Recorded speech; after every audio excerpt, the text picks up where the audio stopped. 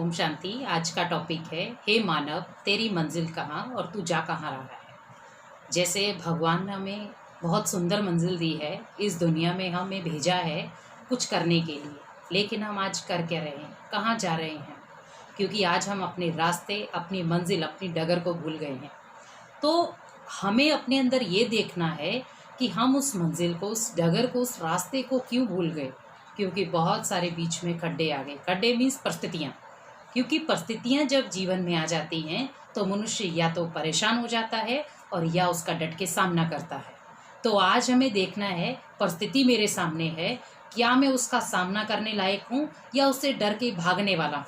आज जो इस समय, जैसे आपने सुना भी है कि शराब के ठेके खुल गए, शराब की दुकानें खुल गई, तो बहुत सारे लोग 3-3 किलोमीटर की दूरी तक लाइनें लगा करके लोग शराब के लिए प्यासे हैं।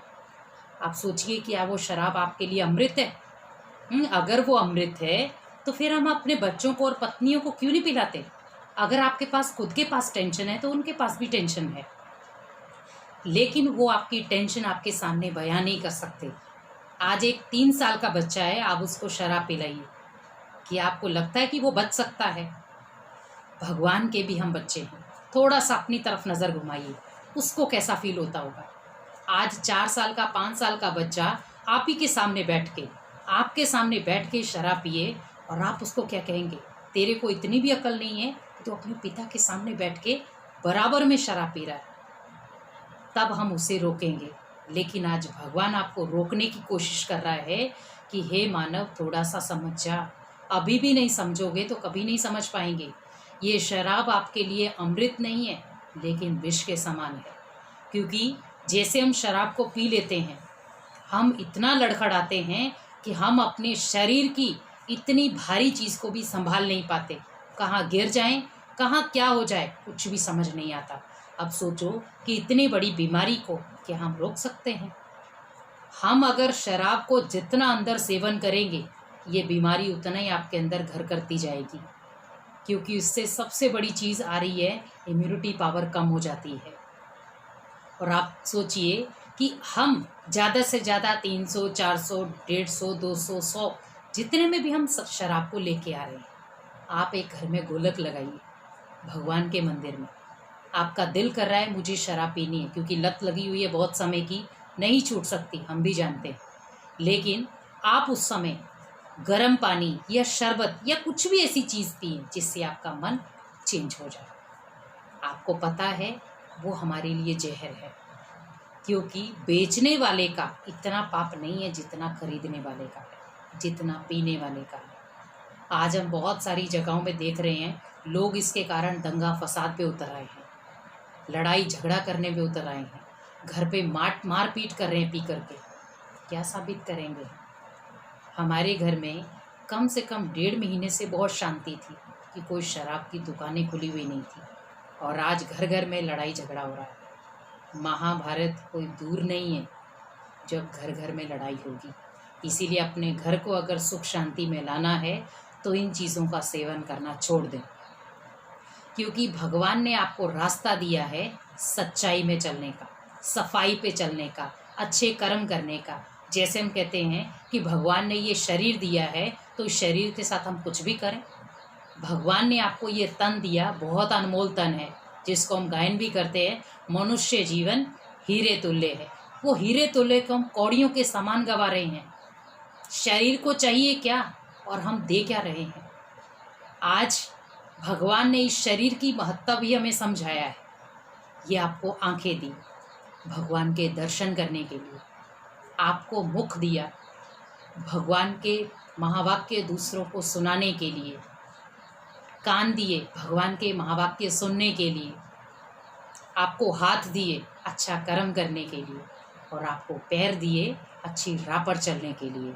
लेकिन आज सारा हम उल्टा करते जा रहे हैं। मुख से गाली गलौज निकाल रहे हैं, कानों से व्यर्थ बोल सुन रहे हैं, आंखों से नेगेटिव वस्तुओं की तरफ देख रहे हैं, हाथों से दंगा फसाद की तरफ बढ़ रहे हैं, और पैर उस रास्ते पे जा रहे हैं जो शायद कभी हम लौट के आ भी सकेंगे या नहीं, वो खुद नहीं हमें पता। आज हम शराब के ठेके की तरफ तो जा रहे हैं और कल वही शराब आपको डूब ले जाएगी। तब हम किनारा सोचेंगे कि कोई हमें किनारा दे दे, हम उस किनारे तक भी नहीं पहुंच पाएंगे। आज डॉक्टर इतनी मेहनत कर रहे हैं कि हम इस पेशेंट को बचा सकें। वो अपनी शरीर की, अपने जीवन के, अपने बच्चों के, अपने घर की सुख सुविधाओं को छोड़ के आपको बचाने की कोशिश में लगे हुए और आप उनकी समस्याओं को बढ़ा रहे हैं। आज पुलिसकर्मी हैं, रोक रहे हैं कि आप मत जाइए, लेकिन फिर भी हम भागते दौड़ते उनकी भी नहीं सुनते और उनको भी मारपीट करके वापस आ जाते हैं। खुद को समझिए। आज आपका बच्चा अगर पुलिस वाला होता, आपका बच्चा अगर डॉक्टर होता, क्या हम ऐसा कुछ कर पाते? अगर उन डॉक्टरों के बीच में या अगर उन पुलिसकर्मियों के बीच में आपका बच्चा भी होता, क्या करते आप? उसका सहयोग करते या उसके साथ मारपीट करते? ये भगवान भी देख रहा है। कहते भगवान की लाठी में आवाज़ नहीं होती, क्योंकि जब पड़ती है तो हमें खुद नहीं पता कि वो लगी कहाँ। आज हम बहुत सारे लोगों को देख रहे हैं, तड़प भी रहे हैं और शराब की ठेकों की तरफ, गरीब है या अमीर है, सब जा रहे हैं। गरीब जिनके पास खाने के लिए भोजन नहीं है, बच्चों के लिए चॉकलेट तक लेने के लिए नहीं है, आज वो शराब की ठेकों की तरफ क्यों जा रहे हो? धन को सेविंग करो। ज़रूरी नहीं है कि ये महामारी अभी ही ख़त्म हो जाएगी। ये महामारी अभी ख़त्म होने वाली नहीं है, कोई स्कोप नहीं है। लेकिन हम अगर अभी, हमने रात को शराब पी, 300 रुपये की शराब की बोतल लेके आए, बहुत बढ़िया थी, हमने पी ली, सुबह 300 रुपये आपको नज़र भी नहीं आएगा वो कहाँ गया। लेकिन अगर उस 300 रुपये को आप सेविंग करते जाएंगे, आप 1 महीने के लगा सकते हो कि अगर एक दिन में आप 300 की शराब पी रहे हो, 1 महीने में कितने का बचत खाता आपके पास आएगा।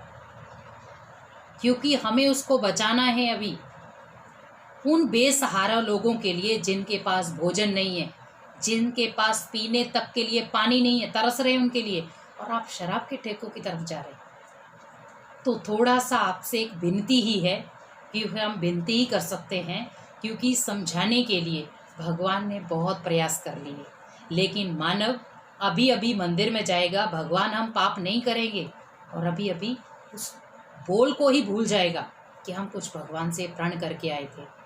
आज हम घर पे बैठे अपने घर वालों के साथ, अपने बच्चों के साथ इतना अच्छा टाइम स्पेंड कर रहे थे, और आज छोटी सी अफवाह के कारण कि शराब के ठेके खुल गए और हम भूल गए कि हम बच्चों के साथ थे, पत्नी के साथ थे या घर परिवार में थे, सुख शांति से थे, भूल गए हम। लेकिन थोड़ा सा याद कीजिए, क्योंकि वो पल दोबारा नहीं आएगा जो इस समय आप अपने परिवार के साथ बिता रहे हो, क्योंकि ये समय एक बार ही आया है जिसमें हम अपने परिवार को महत्व दे सकते हैं, खुद को नहीं।